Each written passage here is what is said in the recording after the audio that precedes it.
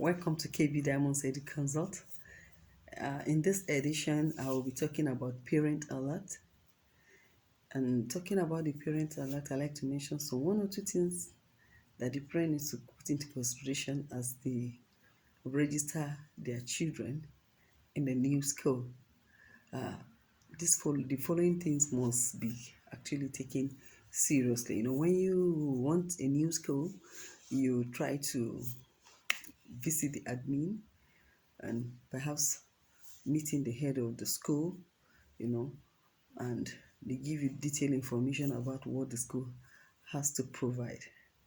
At this point, you'll be given the admission form actually, and in the admission form, it requires some details that you need to fill in. It has to be do with the name of the child, the full name of the child, the way you want the child to be addressed. The actual age of the child is quite important for learning. In some cases, some parents try to lie because they want their kids to be fixed in a higher class. This practice is not really, advisable, because you find out that the child is being put in a class that is not appropriate, matching for the age, and that child keeps struggling. So it's good to give the correct age of your child at the point of admission, so that there will not be age gap and the child will not be struggling, in the area of learning abilities. Also, allergies are being mentioned. Your child has an allergy. In that form, you need to write it, and the school takes note of such uh, information. The health status of the child too is quite important for us to let the school know.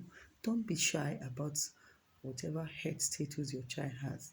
In some cases, the child has an hole in the heart, and such a child perhaps has been operated on. So, such information is important so that such a child can be placed on exceptions from uh, athletics or anything that will, require the child to be breathing so fast. We also have children that have difficulties in breathing. Uh, at early age, they may not call it asthma, but in most cases, they may say the child is tending towards being asthmatic, and so we have to take it.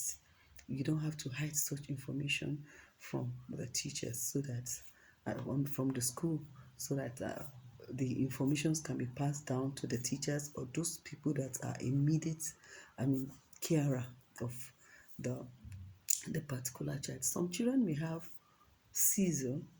Let the school know, so that when it happens, it will not look so strange. Uh, One other important information the school may want to have from you is your contact telephone number. That contact telephone number is quite important because in case of emergency, you need to be contacted, you need to be informed, and if you're not available, there must be an alternative telephone number of whom to contact. Ah, okay. And aside from this, we also have some responsibility from the school. By and large, having filled all this information, the school on their own part, they have responsibility. In every school, there must be a sick bay. A sick bay when a child has some likely symptoms, perhaps of headache or light temperature, when the body temperature is like above 34, 35, 30, is above 36. Okay, maybe, and that child is having rigor, take that child to the sick bay. So every school required to have a sick bay with a trained nurse. A nurse, depending on the population of the school, they may have more than one nurse. And every school is expected to have a teaching aid. Sorry, every school is expected to have first aid box. First aid box, that will be well equipped, you know, with medications that will be required in the case of emergency. Um, Also, on no account should a child be taken to the hospital in case of emergency without a prior information to the parent. The parent must be informed of of an incident or accident that have just occurred. Then if the child is going to be taken to the clinic, such information must be passed uh, to the parent. And in some cases, we see allergies on the kids. So this has to do with observation. As a teacher, part of the qualities that the teacher needs to have is to be a good observer. At the point in which the child is entering, perhaps the child is on school bus, you are picking the child, check properly. Even if the day has not broke well, when the child gets to the school, whoever is receiving the child, the class teacher also, they check very well. Sometimes they come to school with conjunctivitis, sometimes they come to school with measles, some even come to school in disguise with chicken pox.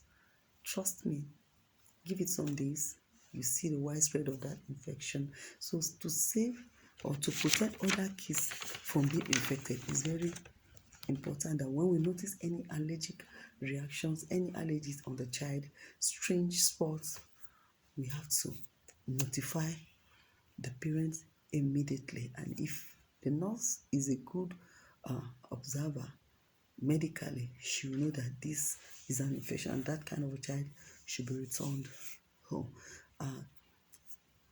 During emergency, there are some emergency that may require that there's going to be stitches or minor surgery. There's no surgery that by any means should be taken or should be done on any child without information, proper information to the parent. And when an incident of accident happen, the head of school must be informed. On no account should the child be taken out to the hospital without the information. Of course, these are orientations that the teachers must have been given, so nobody should be able to fault that the child is taken to the hospital in a company of the teacher and the nurse or whatever. Yeah. So parents also must be allowed access to their children in case if they want to. And some cases, some parents will say, no, I have a clinic.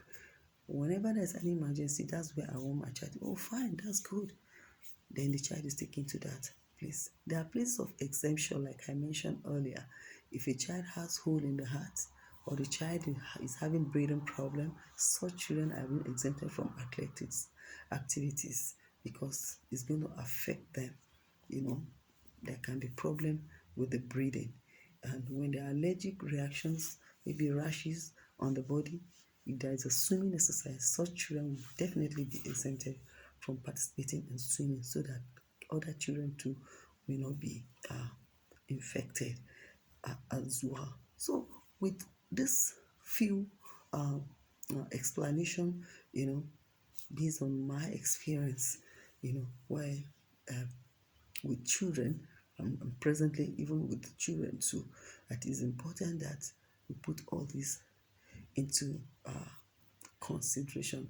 And if all these are being put in place, it can save life and it can also help in the smooth transition of a new child coming into the school and settling down, into the school and living very fine and learning as well.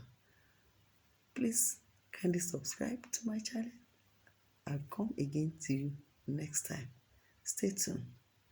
Please subscribe and like my YouTube channel, KB Diamonds Erica.